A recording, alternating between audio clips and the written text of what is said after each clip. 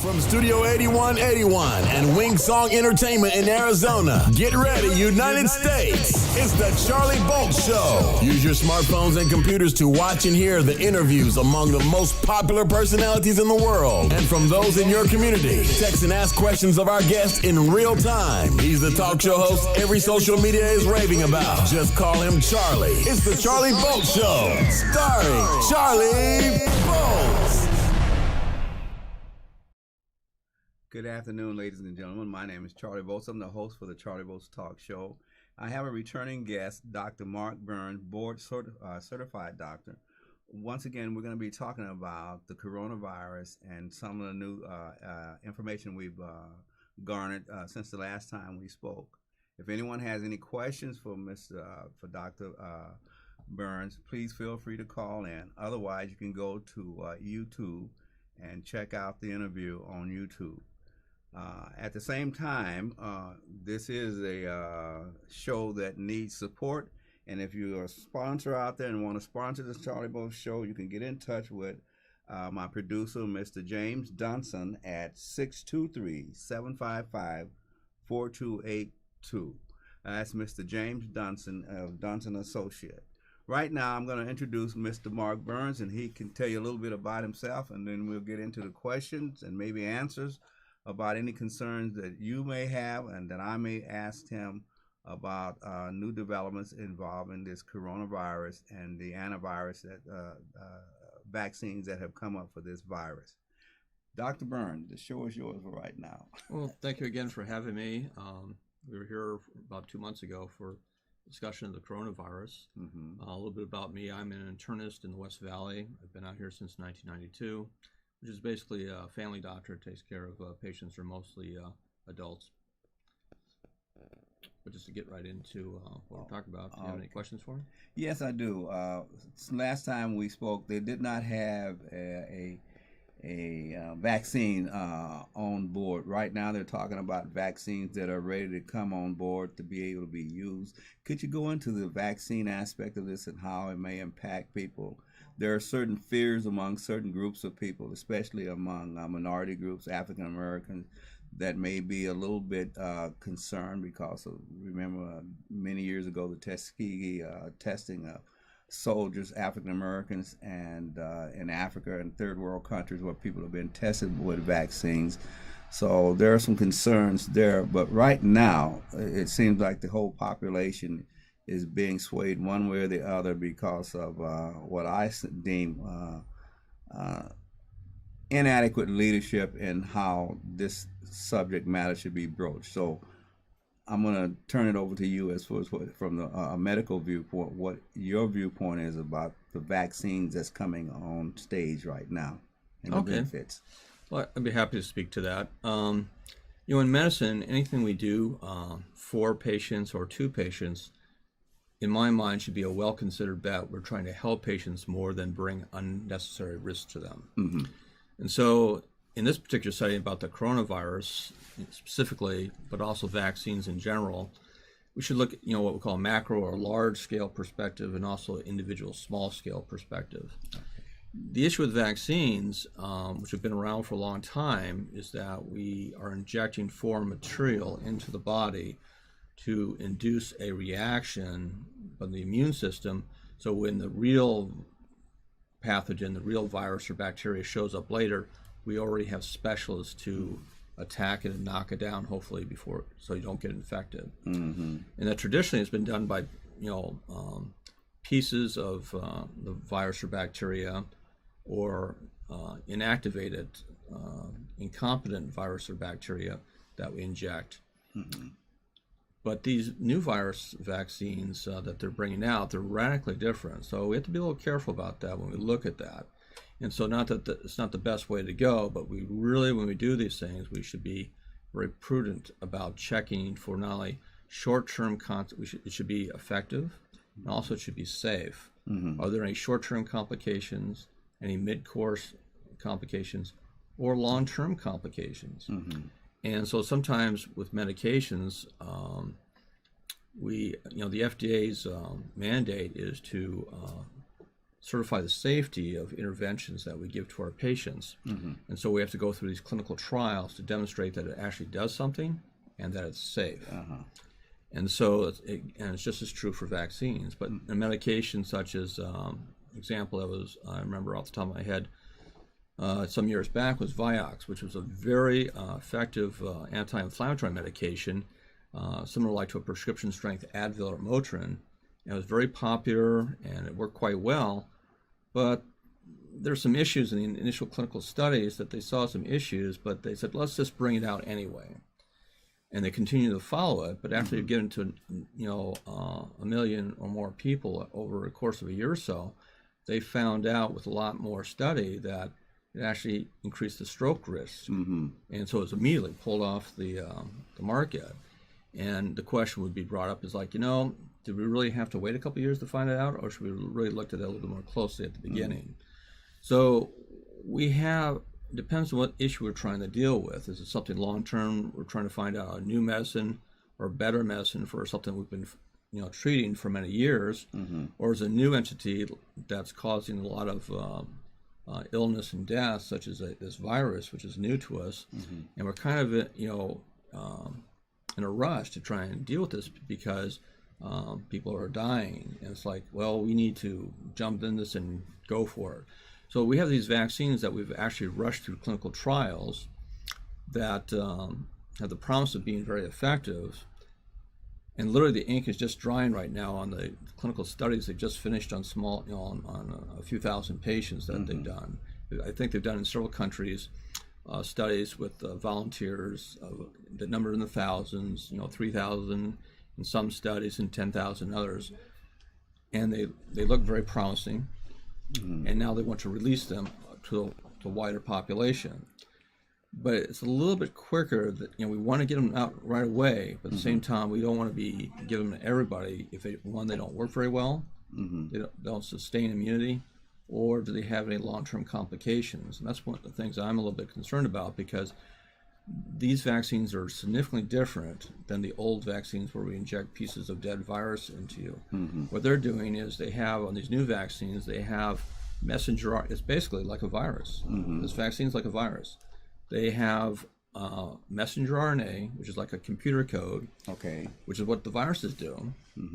And we are injecting that just like a virus into your body. And that messenger RNA doesn't cause your immune system to make antibodies. What it does, it actually goes inside the cells, into the nucleus, control center of your cells, and causes your cell to make proteins that are adverse to the vaccine, to the virus. So it's rewriting the script, sort of. Yes, and the question is, look, that sounds nice on paper, but does it have any consequences elsewhere? Because you're putting in genetic code into the cells. Will it have other consequences that could be long-term down the road?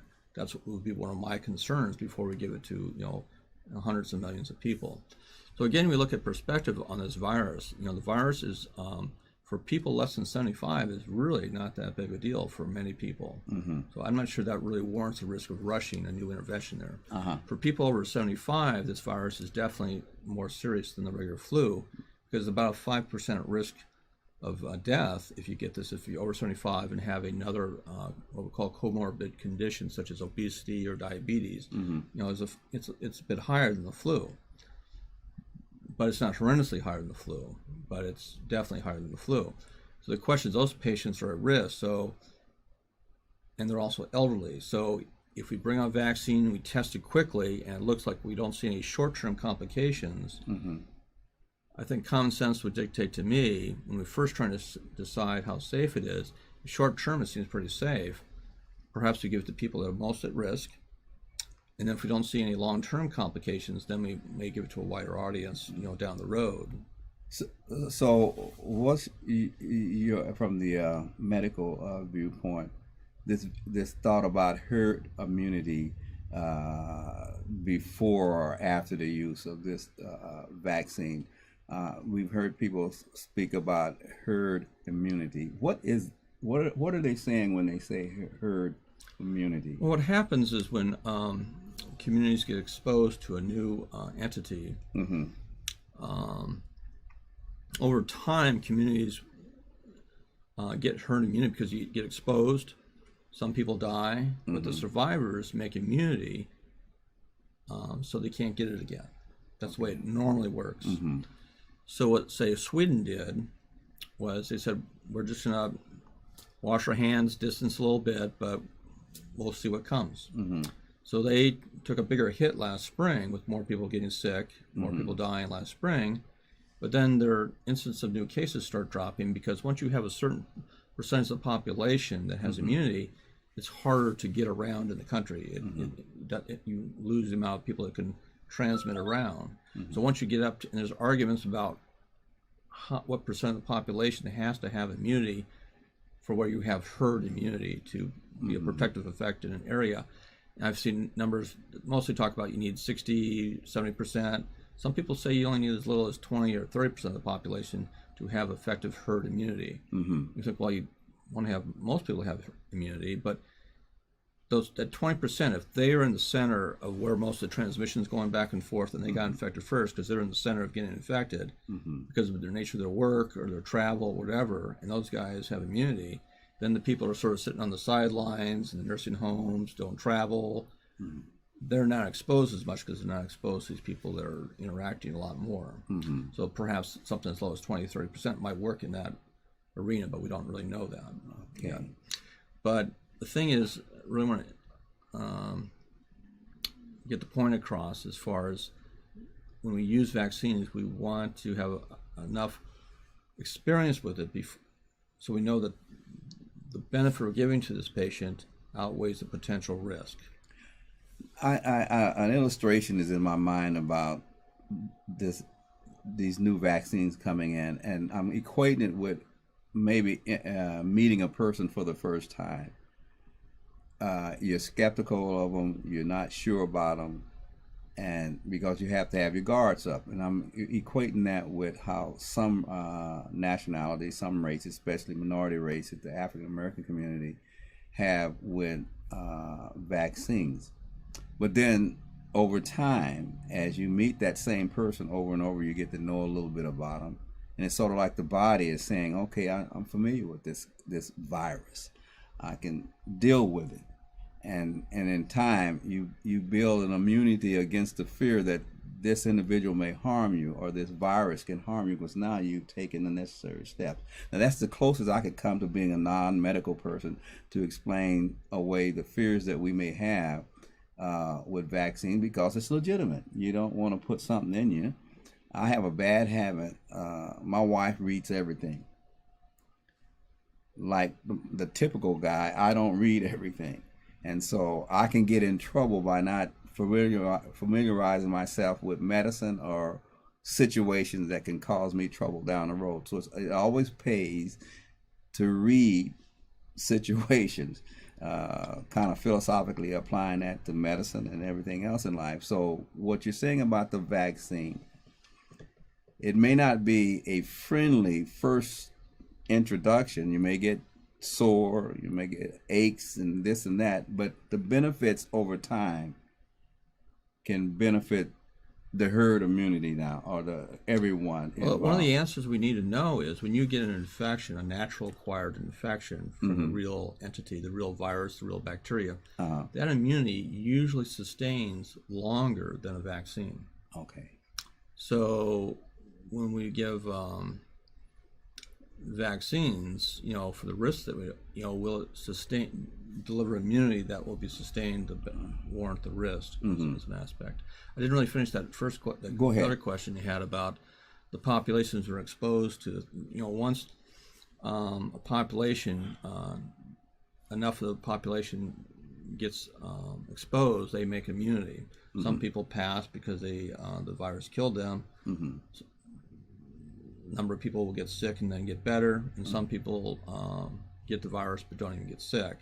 But then the survivors all have immunity, and so the virus can't get around. It could smolder around a little bit, the edges a little bit, or it can go away completely.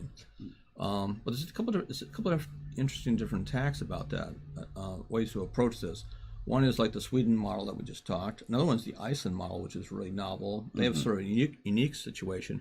It's an island of about 375,000 people, what they're doing is they're trying to do very high quality contact tracing with genetic testing, and they have to survive on tourism. If they shut down tourism, they're going to be in a lot of trouble. Yeah. So they're testing people as they come in, and when they see little pockets of infection pop up, they jump on very effectively and they put out that little fire. That's the way they're doing it there. We can't really do that here. Yeah. But what I'm thinking, an approach that we perhaps have not done but should be thinking about, is we need to get on with our lives. The people less than 75 years old, very low chance of getting, passing. They should be out there doing what they're doing with reasonable hygiene, reasonable protective methods to attenuate it as much as possible. And the people at higher risk should be kind of on the sidelines, staying away and isolating themselves until we get either an effective vaccine that's been proven, effective treatment, or we get enough herd immunity where the populations at risk can sort of come out into the open again, so to speak. I think that would be a more common sense approach to this, as opposed to, locking up everybody else. And brings up on the kids. I am very disappointed with that. I'm really disappointed with Dr. Fauci on this, because they knew this information a long time ago. He's just now saying, kids, we made a mistake taking the kids. That was, in my mind, gross incompetence, and I'm not going to be shy about that, because we knew back in June from studies out of Iceland and Europe and other places that kids age 5 to 15, they do not die from this. They don't get sick from it very often in a big way, and they do not transmit it very easily to other people. Kids age 5 to 15, they get it, but they knock it down so quickly, they're not transmitters. We thought they were, but it turns out from these studies in Iceland or places, they found that kids transmit to other people is very rare. So there's really no reason for Does kids that have to a lot to do with their immune system? Their young, vibrant immune system, age 5 to 15, knocks us down quickly. They don't die, and they don't transmit. They can't. It's always, you can never say never in medicine. Yes. But it's very rare. There's really no practical reason or logical, common sense reason that they should have been kept out of schools, and we knew that back in June. So I'm very disappointed that only now Dr. Fauci is mentioning. I mean, we put too much weight on this one single person for being the god of this. Yeah. And common sense has just been left at the door. Yeah. And it really affects adversely a lot of kids' lives. I mean, the rate of, in populations that are at very low risk, young, healthy adults, the rate of suicide, drug overdoses, because we've really screwed up people's lives, is unacceptable in my mind with the way we responded to this. So with the kids, they kind of put themselves in a catch-22 situation, you could say. If young folks were handling it much better than older ones, why keep them out of school? Yes.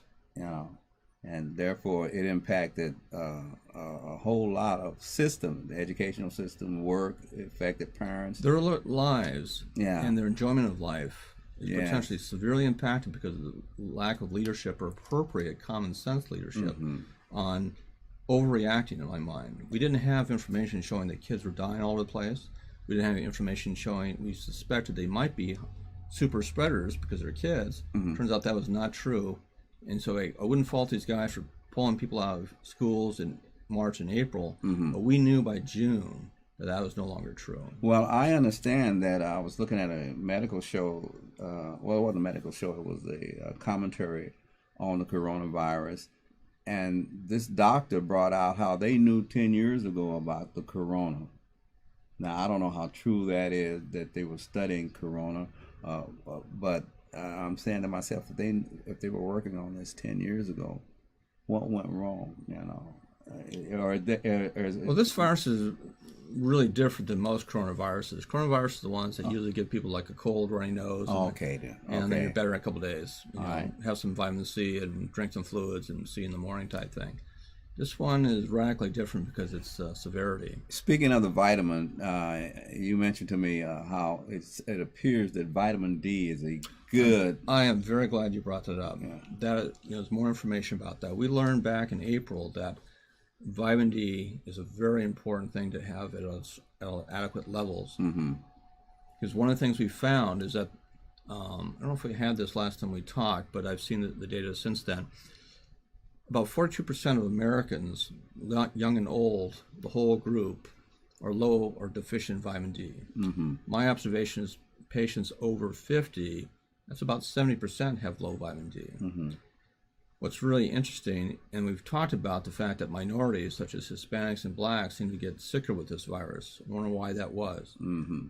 You know, this is just my speculation, but it seems like pretty obvious speculation is vitamin D is the guy. Because when you look at these national population studies, 82% of people with darker pigmented skin, blacks and Hispanics, have 82% are deficient in vitamin D.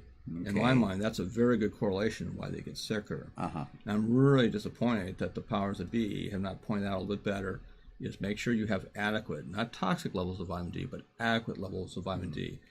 And the best way to have that checked is with your doctor, but taking about 2,000 or 3,000 IUs, international units of vitamin D, because you don't want to be toxic on this, you can get toxic on it.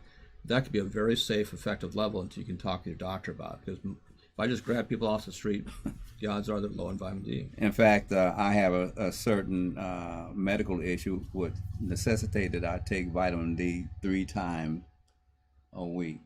And maybe that explains why, to some degree, that both myself and my wife, we take vitamin D. And so far, we've been tested negative for the coronavirus. And if you're listening out there, vitamin D, but see your doctor first to make sure you don't become too toxic with the vitamin D or any other vitamins. You have to have a balanced approach to anything you put in your body.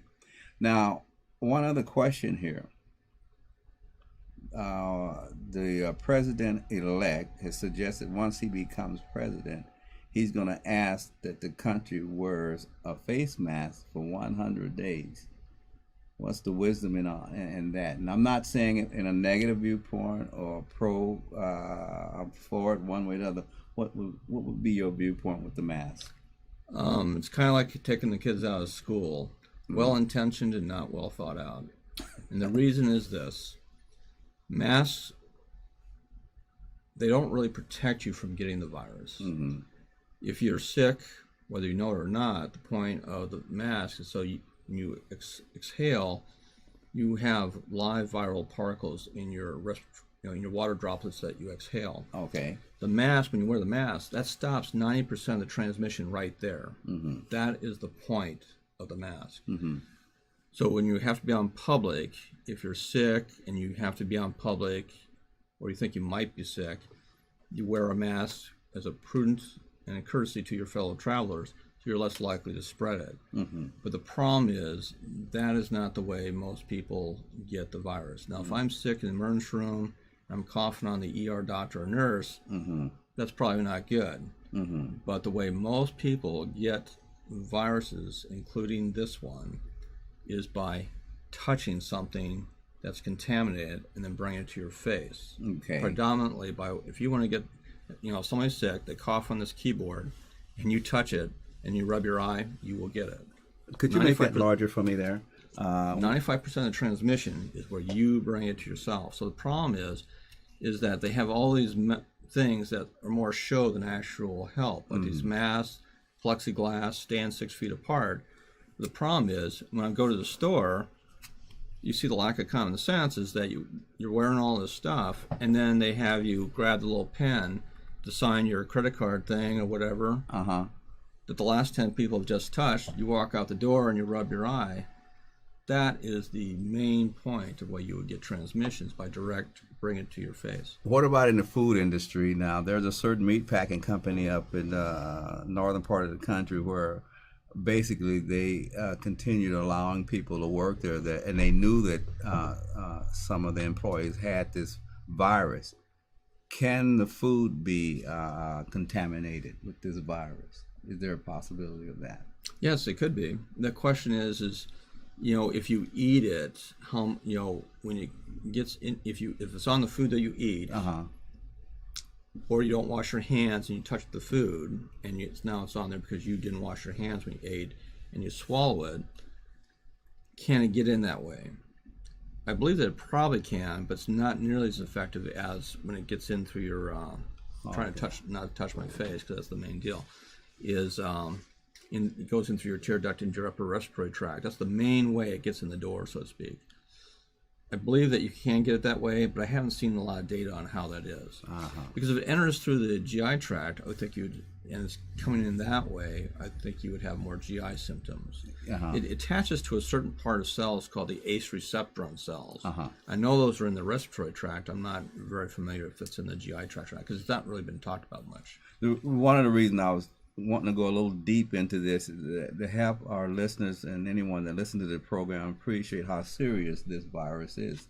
They just can't placate it or take an apathetic viewpoint. And that's, I was sort of, had a little bit of apathy because I was healthy. I didn't get sick or anything. So it was not easy for me to feel sympathetic to anybody else because I'm walking around feeling healthy. So how could this disease be going on? But it's human nature. Human nature. We get into a car, we drive down the road and think I'm not going to get run into. Yeah. So anyway, we have a question here from a Miss Joanne Smith. She says, I'm learning that there are 4 types of pneumonia: pneumonia virus, pneumonia viral, pneumonia bacteria, and pneumonia fungi. I don't know if that's a question or just a statement. Is there any truth to that? Pneumonia is basically where you have some sort of inflammatory reaction inside your lungs. It's usually, we think of it as an infection from bacteria or viruses, or it could be a fungi or a fungus that gets in there, like valley fever, and then it causes inflammation, a reaction, and a battle goes on, and you get a lot of debris, and hopefully your immune system knocks it down before it gets so much inflammation and fluid that it causes troubles where you can't breathe. You can't have chemical pneumonias where you don't even have an infectious agent, where if somebody swallows and chokes and aspirates their chicken noodle soup, that can cause a chemical pneumonia that can be very dangerous as well. Dr. Burns, so can you get pneumonia from this virus? Or I think this is what she yes, said. Certainly. That's I mean, that's the main portal of entry is the upper respiratory tract. Then it gets down into the lungs, and then there's a large infection battle that's going on where there's a lot of virus in there and a lot of fighting going on with the immune system, causing a lot of fluid buildup and inflammation, which interferes with oxygen that you breathe in to get into the blood to go to your body, and that's the problem. Now, one other question I have here: what is the difference then between pneumonia and the flu? Pneumonia is the condition that we described of an infection or inflammation inside the lungs. The flu is just a statement of an infection by a particular type of virus, the influenza virus. But a lot of times people come into my office and say, I have the flu, when they have a mild cold virus or some other thing. But the flu technically is the influenza virus. It's seasonal, comes by predominantly in the fall and winter every year. Well, we've had an interesting conversation here with Dr. Mark Burns, and I'd like for him sometime, if he feels up to it, to come back to the show with any more information concerning this very serious virus that we're undergoing, not just in this country, but worldwide. And it's my intention to try and bring you the most accurate information with professional individuals that will help you make the right decision with your life, especially when it comes to your health. For many of you out there that may have concerns about the new vaccines that are coming out, this is a decision that you will have to make for yourself and your family. But just like all other issues in health, you need to talk to your doctor to get professional direction and advice about what you need to do to keep yourself healthy and most importantly, happy, above ground. My name is Charlie Bolts. I'm the host for the Charlie Bolts podcast talk radio show. If you're interested in being on the show, you can give me a call at 602-570-2080, or my producer, Mr. James Dunson, who you can reach at 623-755-4482. Thank you very much, Dr. Burns, for being a guest on the show. And before we close up, is there anything else that you want to say before we close down for the day? Otherwise, if not, it's been enjoyable having this conversation with you. Well, thank you for having me. A quick thing, 2 points I'll make is before you wash your hands before you come to your face. And the other thing is check your vitamin D. You heard it, ladies and gentlemen. And if you want to see this show, all you have to do is go to YouTube punch in Corona. What's that, Scott? Cell phone radio at YouTube at the Charlie Boldt Show. Thank you very much. Until next week, stay safe, stay healthy. We look forward to seeing you again. Thank you. Good night. Studio8181.com is a talent development and management company that owns its recording studio and video production center located in Peoria, Arizona. Share your media content, earn income, and talk to your fans all from one spot. Studio8181.com positions your content to be seen by important decision makers so you can attend exclusive auditions and or get invited to perform at venues many entertainers only dream about. The producers and engineers are determined to create new opportunities for talents, aspirants, and future stars. Don't have the money to do a soundtrack or a promotional demo video? Not a problem. You can simply request and schedule an audition. If you have the talent, we want to hear from you. Get your entertainment website and more. Email us at info@studio8181.com. Thank you.